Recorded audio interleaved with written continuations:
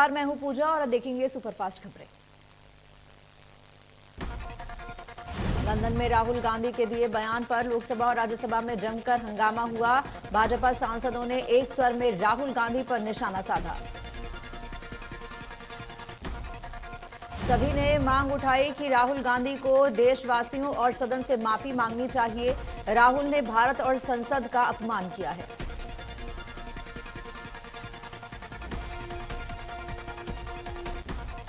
चरखी दादरी में 39वें पशुधन मेले में सीएम मनोहर लाल ने शिरकत की। पशुपालकों की स्टॉल का सीएम ने किया अवलोकन।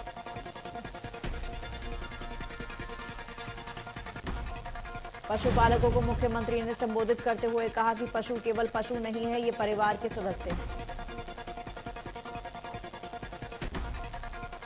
सीएम ने कहा कि पशु किसान का साथी है। गाय की सेवा का भाव मन में चलता रहे। भारत में पशुओं की पूजा होती है।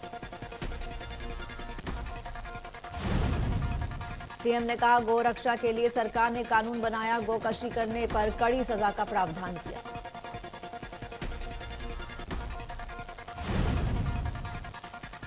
सीएम ने कहा बेसहारा गौवंश को गौशाला में रखा जाएगा। गौशाला के लिए 400 करोड़ रुपए का बजट बनाया। सीएम ने कहा कि आवारा पशु रखने वाली गौशाला को अनुदान दिया। आवारा गौवंशों के लिए प्रदेश में 632 गौशाला हैं।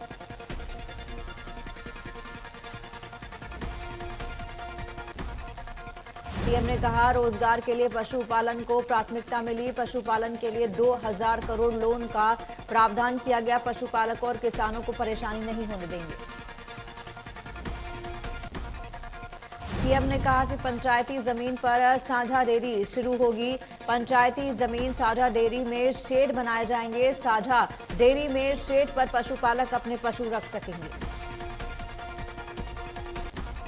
पशुपालकों को संबोधित करते हुए मुख्यमंत्री मनोहर लाल ने एक गीत भी सुनाया और पशुपालकों को हरियाणा की विशेषता भी बताया।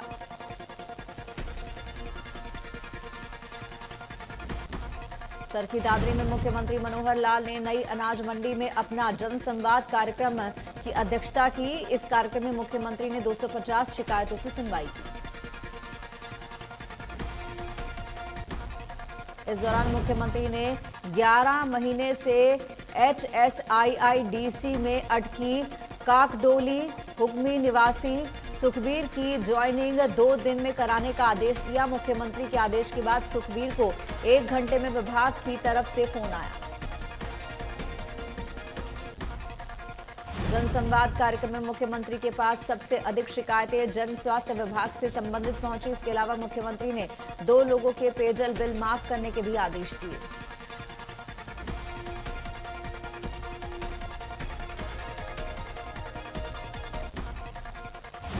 मुख्यमंत्री मनोहर लाल ने समसपुर गांव की सरपंच द्वारा पानी की समस्या को लेकर निर्देश दिए। कहा जब तक समस्या का हल नियमित सप्लाई से न हो तब तक टैंकर से पानी भिजवाया जाए।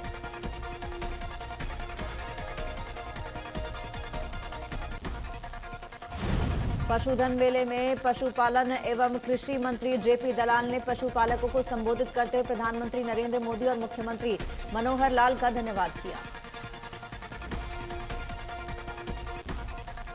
कृषि मंत्री जेपी दलाल ने कहा कि किसी भी सरकार ने किसान और पशुपालकों का इतना मान नहीं बढ़ाया जितना बीजेपी सरकार ने मान बढ़ाया है।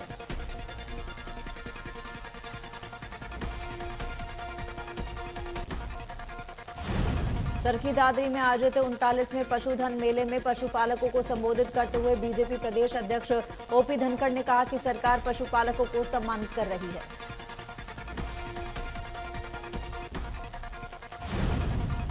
उन्होंने कहा कि कई योजनाएं चलाकर किसान मजदूरों की मदद कर रही है। साथ ही धनखड़ ने कहा कि पशुपालकों की मेहनत से दुग्ध उत्पादन में हरियाणा आगे है।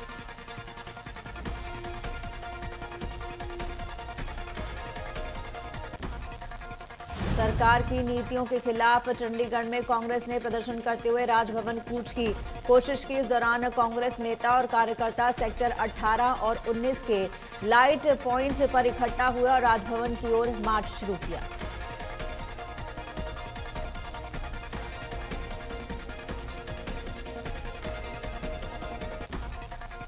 कुछ ही दूरी पर चलने पर बैरिकेड लगाकर पुलिस ने उन्हें रोका। रोकने पर कांग्रेस के नेता और कार्यकर्ता वहीं पर बैठ गए।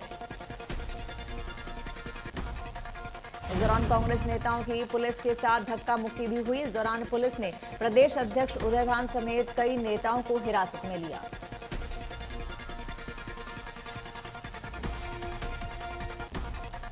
कांग्रेस सांसद दीपेंद्र हुड्डा ने कहा कि सरकार की गलत नीतियों के कारण बेरोजगारी, महंगाई बढ़ रही है। गैस की कीमत में बेतहाशा वृद्धि हुई है।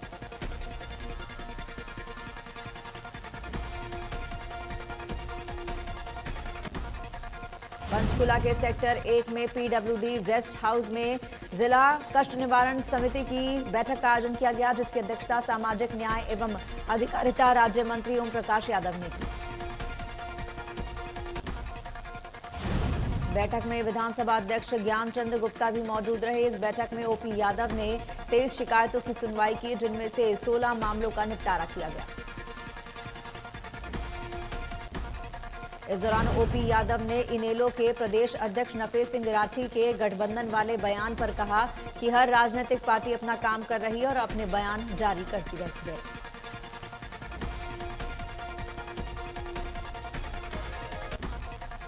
झज्जर में राजस्थान में शहीद वीरांगनाओं के साथ हुए दुर्व्यवहार पर भाजपा अध्यक्ष धनखड़ ने प्रतिक्रिया दी और कहा कि राजस्थान सरकार ने मर्यादाओं को ताक पर रख दिया, जिससे देश की निंदा कर रही है। साथ ही भाजपा अध्यक्ष ओपी धनखड़ ने विपक्ष के ईडी और सीबीआई पर लगाए गए आरोपों का जवाब दिया और कहा कि ईडी और सीबीआई संवैधानिक संस्थाएं हैं, इन पर सवालिया निशान नहीं लगाया जाना चाहिए।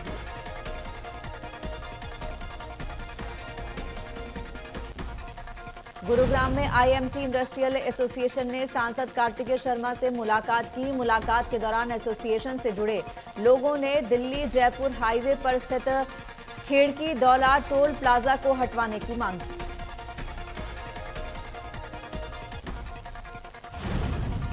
इंडस्ट्रियल एसोसिएशन की मांग को लेकर सांसद कार्तिकेय शर्मा ने आश्वासन देते हुए कहा कि वो इस मुद्दे को राज्यसभा में उठाएंगे।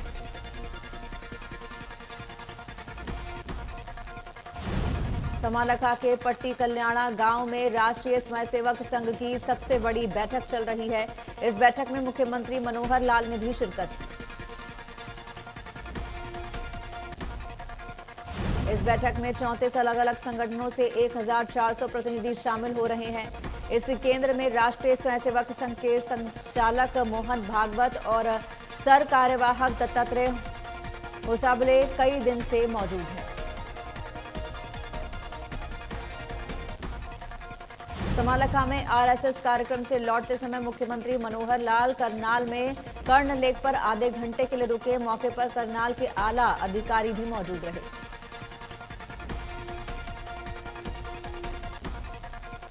फतेहाबाद पहुंचे पूर्व राज्य मंत्री और मुख्यमंत्री के राजनीतिक सचिव कृष्ण बेदी ने आगामी चुनावों को लेकर कहा कि 2024 की तैयारी शुरू कर दी गई है। पन्ना प्रमुख से लेकर हर कार्यकर्ता के साथ लगातार मीटिंग की जा रही है। हिसार की जाट धर्मशाला में किसानों की महापंचायत हुई। एमएसपी गारंटी सहित कई मांगों पर 20 मार्च को दिल्ली में महापंचायत का आयोजन होगा। कई मांगों को लेकर देश भर के 10 लाख किसान 5 अप्रैल को दिल्ली में रैली करेंगे। महापंचायत में सर्वसम्मति से फैसला लिया गया कि किसानों का 2019-20-21 का बकाया मुआवजा नहीं मिलने पर आंदोलन करेंगे। अंबाला में कृषि विभाग ने जिला स्तरीय मिलेट मेला किसानों के लिए लगाया। मिलेट मेले में किसानों को मोटा अनाज लगाने के प्रति जागरूक किया गया। मेले में पहुंचे किसानों ने सरकार की कोशिशों की तारीफ तो की ही, वहीं किसानों ने इसमें फसल के बेचने में मदद भी मांगी। कृषि विभाग के उप निदेशक गिरीश नागपाल ने कहा कि सरकार जागरूक कर रही है तो बेचने में भी जरूर मदद करेगी।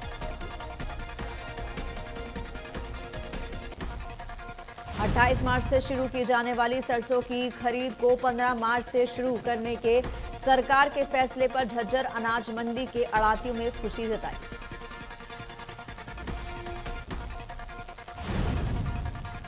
आढ़तियों का कहना है कि सरसों की खरीद को लेकर कृषि मंत्री जेपी दलाल का बयान सराहनीय है। खरीद जल्द शुरू करने से किसानों को फायदा होगा और मंडी आढ़तियों को भी काम मिलेगा।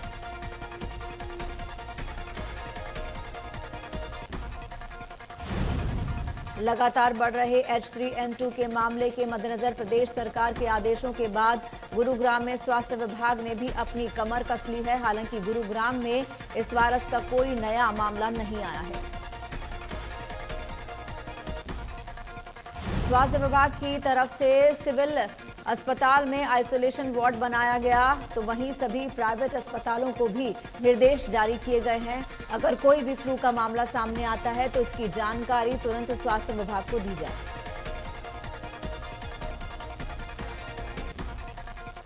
करनाल में कल्पना चावला मेडिकल कॉलेज के lab technician professor doctor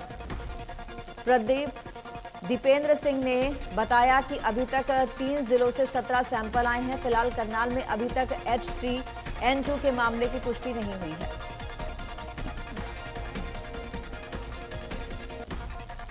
Rohtak के सिविल अस्पताल में इन्फ्लुएंजा के मरीजों के लिए अलग से वार्ड बनाया गया है। यही नहीं, इन्फ्लुएंजा के मरीजों के लिए दवाइयां भी अलग काउंटर पर दी जाएंगी।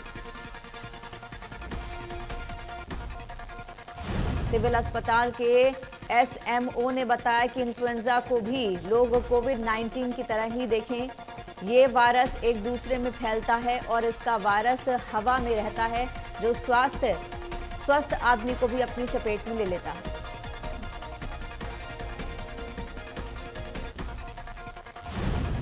H3N2 को लेकर पलवल में स्वास्थ्य विभाग सतर्क है। अस्पतालों में आ रहे खांसी जुकाम के मरीजों की विशेष जांच की जा रही है।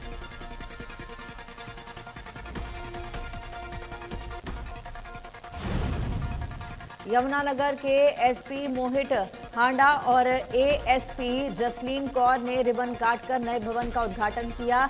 इन नए भवन में थाना फर्कपुर के साथ DCP कार्यालय भी बनाया गया है।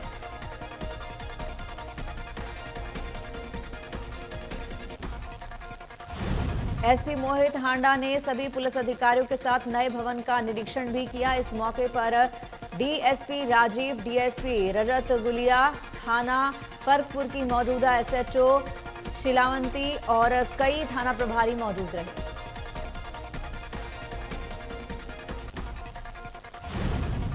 फतेहपुर पुलिस ने जिले भर में सीलिंग प्लान के तहत 69 स्थानों पर नाकाबंदी की।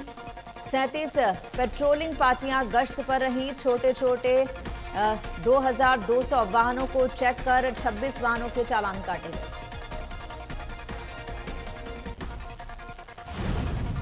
वहीं 5 वाहनों को भी इंपाउंड किया गया। 24 PCR और 25 राइडर भी अपने अपने क्षेत्र में गश्त करते रहे।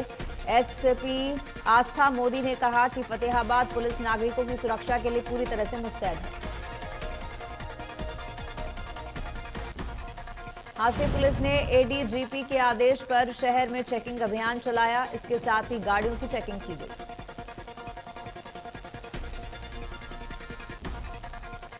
भिवानी में बोर्ड परीक्षा केंद्र में परीक्षा से पूर्व CCTV कैमरे उखाड़े गए। रोहतक जिले के डोब गांव स्थित परीक्षा केंद्र का मामला। परीक्षा केंद्र अधीक्षक की शिकायत पर कार्रवाई।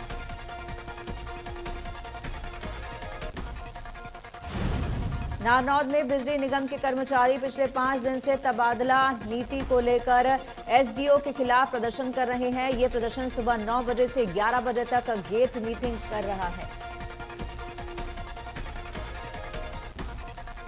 सोनीपत में और हरियाणा PWD और मैकेनिकल कर्मचारी यूनियन ने सड़क पर उतरकर प्रदर्शन किया और जमकर नारेबाजी की। कर्मचारियों ने तालमेल कमेटी के आह्वान पर प्रोटेस्ट जारी रखते हुए जिला उपायुक्त को ज्ञापन सौंपा और मांगे पूरी करने की बात कही। रेवाड़ी में डॉक्टर की लापरवाही के चलते जच्चा बच्चा की मौत में किसी प्रकार की कार्रवाई न होने के चलते आज परिजन और धारूहेड़ा नगर पालिका के पार्षद और कस्बे के लोग CSC सेंटर में इकट्ठा हुए।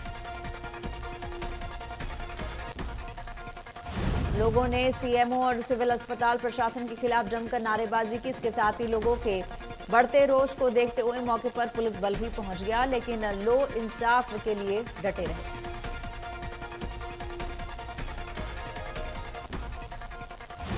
होडल में अवैध रूप से चल रहे राहुल क्लिनिक पर सीएम फ्लाइंग की बड़ी कार्रवाई। इस क्लिनिक का डॉक्टर छोटे बच्चों का इलाज करता था।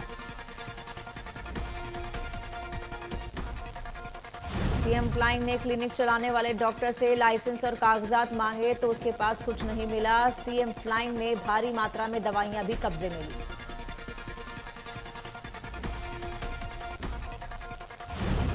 पलवल में केसी अस्पताल के सामने दर्जनों बदमाशों ने अस्पताल संचालक डॉक्टर दंपति और पर हमला किया। महिला डॉक्टर से छेड़छाड़ कर सोने की चेन लूटी। घायल डॉक्टर प्रशांत को निजी अस्पताल में भर्ती कराया गया।